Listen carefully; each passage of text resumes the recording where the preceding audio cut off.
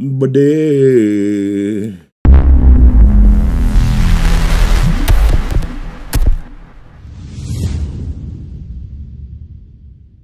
Hey guys, what's going on? Welcome back to another episode of the Weekly News Roundup here on StandoMania. I, of course, am your host, Stando, and we've got a little bit of news. Even though the news cycle is a little bit slow, it is January, it is the beginning of the year. Things take time to trickle out. There's no huge, big conventions around at this time of year, with the exception of CES, which we covered last week. So let's jump into the news. The first thing we got to talk about is our first delay of the year, and that is Stalker 2. Stalker 2 was slated to be released around the corner here in quarter one of 2022. It has now been delayed to December 8th. 2022, or the fourth quarter. I expect it to get pushed out even further than that, and let me explain why.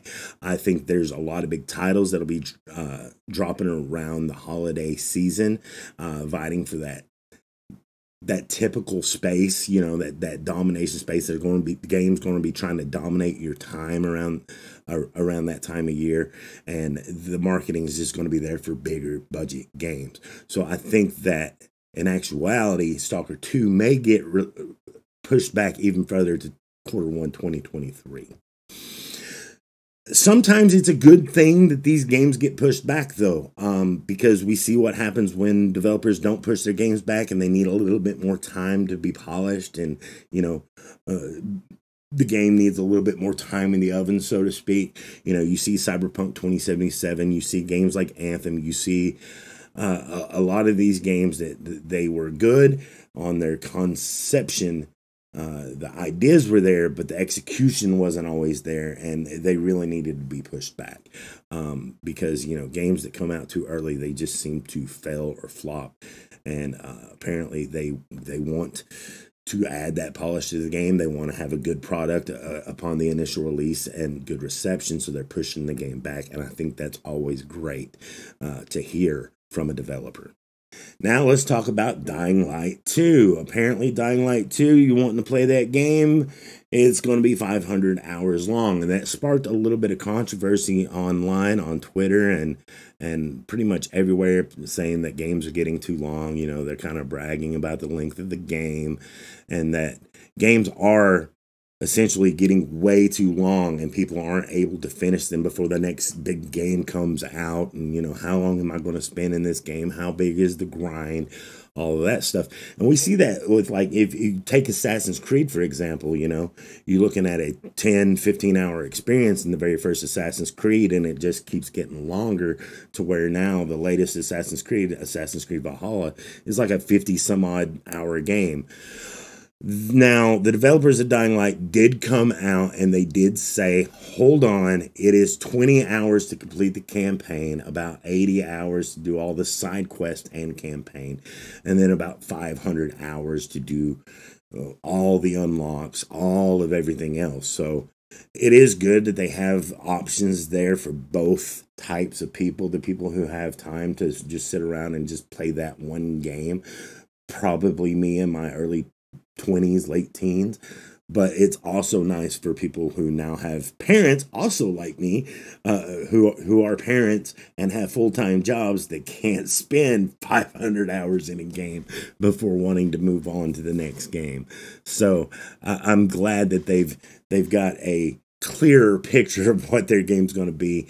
If you're a casual player, it's only going to take 20 hours to beat. If you want to do all the side quests, it's going to take about 80 hours to beat, and then so forth. If you want to unlock everything in the game, play it through multiple times, get all the endings, that's where the 500 hours comes in.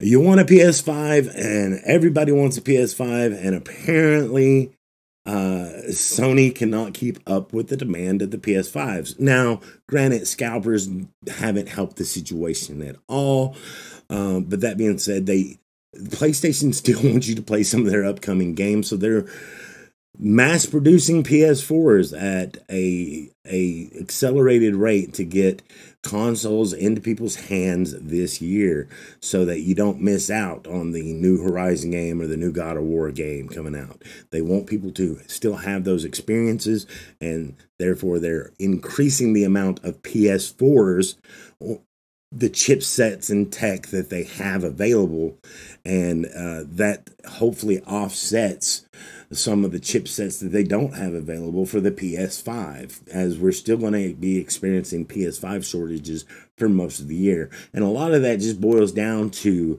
supply chain issues.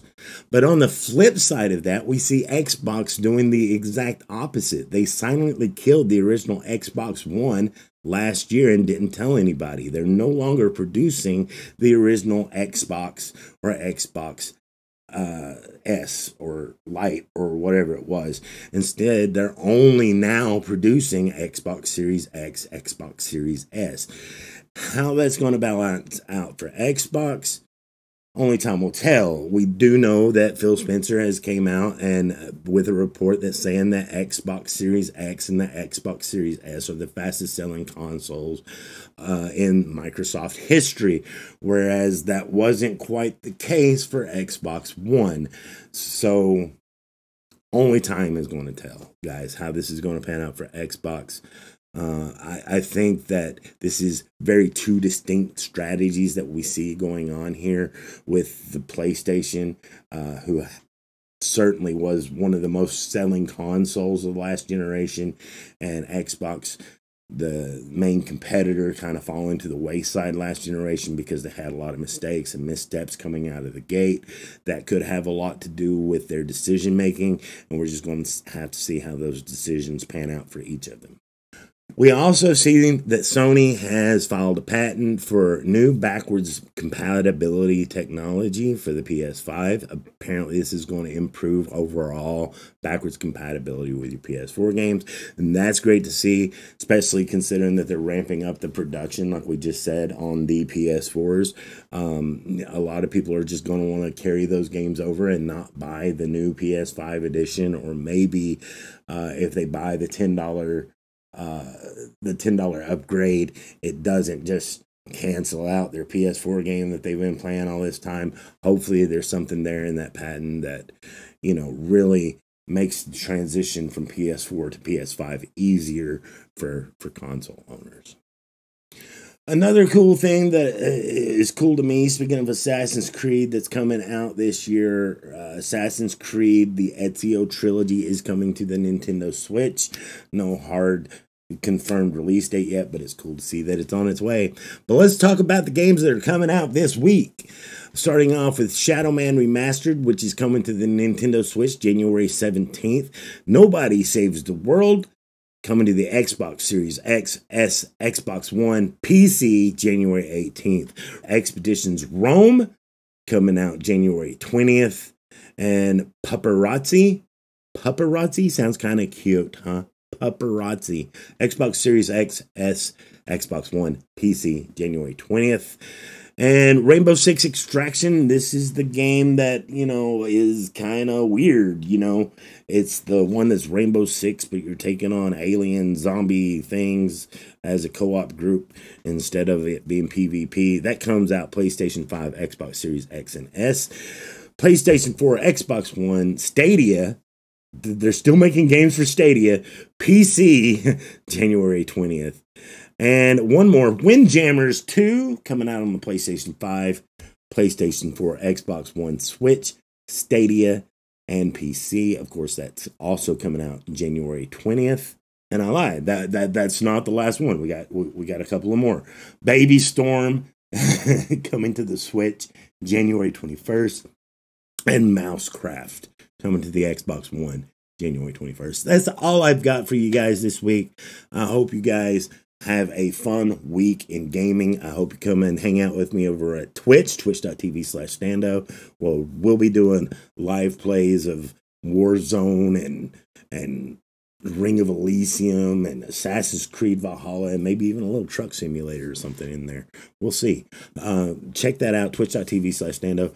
Also, if you had a good time here, leave a like on the video. Don't forget to subscribe. Ring that bell if you're new so you know when the next news video goes up or something else. There's other content here as well if you want to browse through. I love your faces, guys, and I'll see you guys in the next one. Have a good one.